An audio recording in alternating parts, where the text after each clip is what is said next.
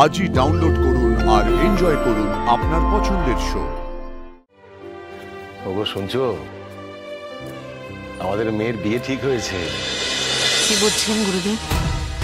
এই বিয়ে হওয়া এত সহজ নয় ইন্দ্রাণী। আমি তো আগেও বলেছিলাম তোমাকে। হ্যাঁ, আপনি বলেছিলেন প্রায়শ্চিত্ত করতে হবে বলেছিলেন।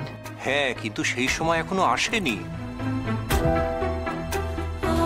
অনেক প্রতিকূলতা পেরোতে হবে। আমি তো আগেই বলেছিলাম মেয়ের জন্মকুণ্ডলিতে আংশিক মঙ্গলের দোষ আছে। বলুন গুরুদেব, বাধা আছে, বড় বাধা, বিয়েটা হবে না। মম, তুমি কিছু বলো না। এ আপনি কি বলছেন গুরুদেব? আমরা আপনাকে এখানে বিয়ের তারিখ ঠিক করতে ডেকেছি আর আপনি বলছেন বিয়ে হওয়াটা কঠিন। আমি তো কিছু বলছি না মা, যা বলার ওদের পুষ্টি বলছে। আপনাকে জিজ্ঞেস করেই তো আমরা এগিয়েছিলাম গুরুদেব।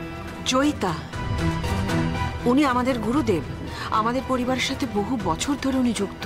ওনার অনুমতি ছাড়া আমাদের বাড়িতে কোনো কাজ হয় না।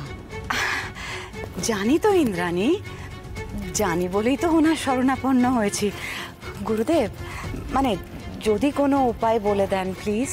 তুমি তো আমার কথা না বুঝেই এত প্রশ্ন করছো মা। আমি বলেছি বিয়ে হওয়া কঠিন, অসম্ভব তো বলিনি।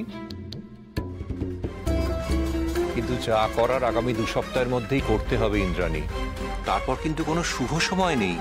বেশ গুরুদেব, যেমন আপনি বলবেন, আপনার কথাই শেষ কথা।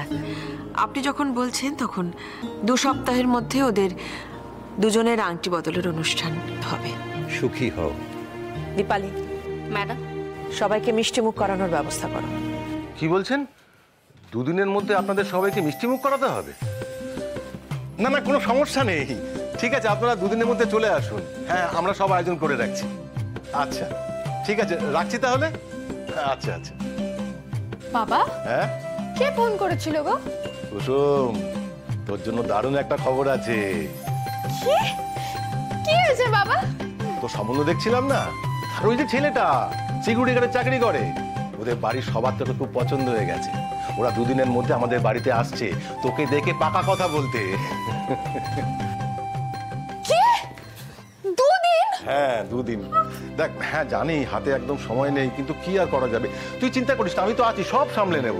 এখন অনেক কাজ বাকি। হ্যাঁ, বাজার হাট করতে হবে, খাওয়া দাওয়ার বন্দোবস্ত করতে হবে।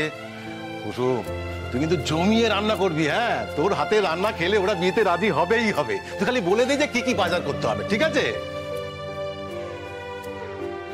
ওগো শুনছো, আমাদের মেয়ের বিয়ে ঠিক হয়েছে। দেখতে দেখতে আমাদের মেয়েটা কত বড় হয়ে গেল। বাবা, আমাদেরকে কাজে বেরোতে হবে, সময় হয়ে গেছে। হ্যাঁ, আমাকে তো বেরোতে হবে।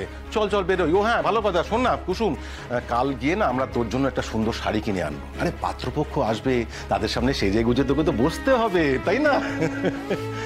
যাই তাহলে। ও হ্যাঁ, ভালো কথা, কর্তামাকে আজকেই খবরটা দিয়ে রাখি। হ্যাঁ, আমি আসছি রে, আসছি।